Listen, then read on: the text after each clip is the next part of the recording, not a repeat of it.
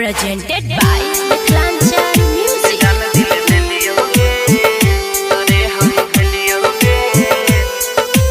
Singing by Manish Sahni.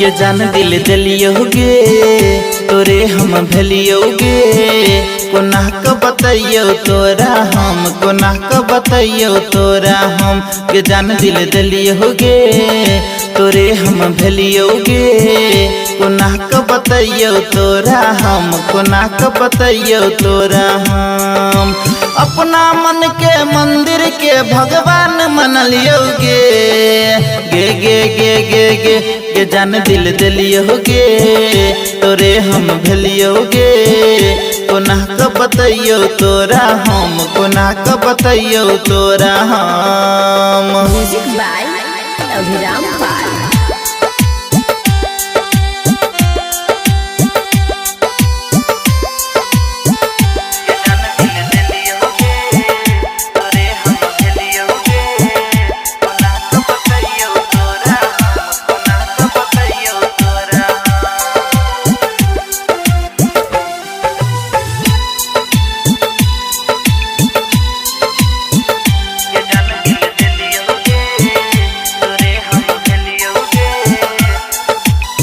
हमारा मन के मंदिर के छे भगवान गे तोरे हम चाहै छलियो मान छलियो जान गे देख नहीं छी तोरा तो मन नहीं लगैया रात दिन याद खाली तोरे अबैया तू ही कहना तोरा हम कोना कह सयोगे गे गे गे गे गे गे जान दिल दिलियोगे तोरे हम भलियोगे कोना का बताइयो तोरा हम कोना का बताइयो तोरा हम। Music by Abhiram Pal.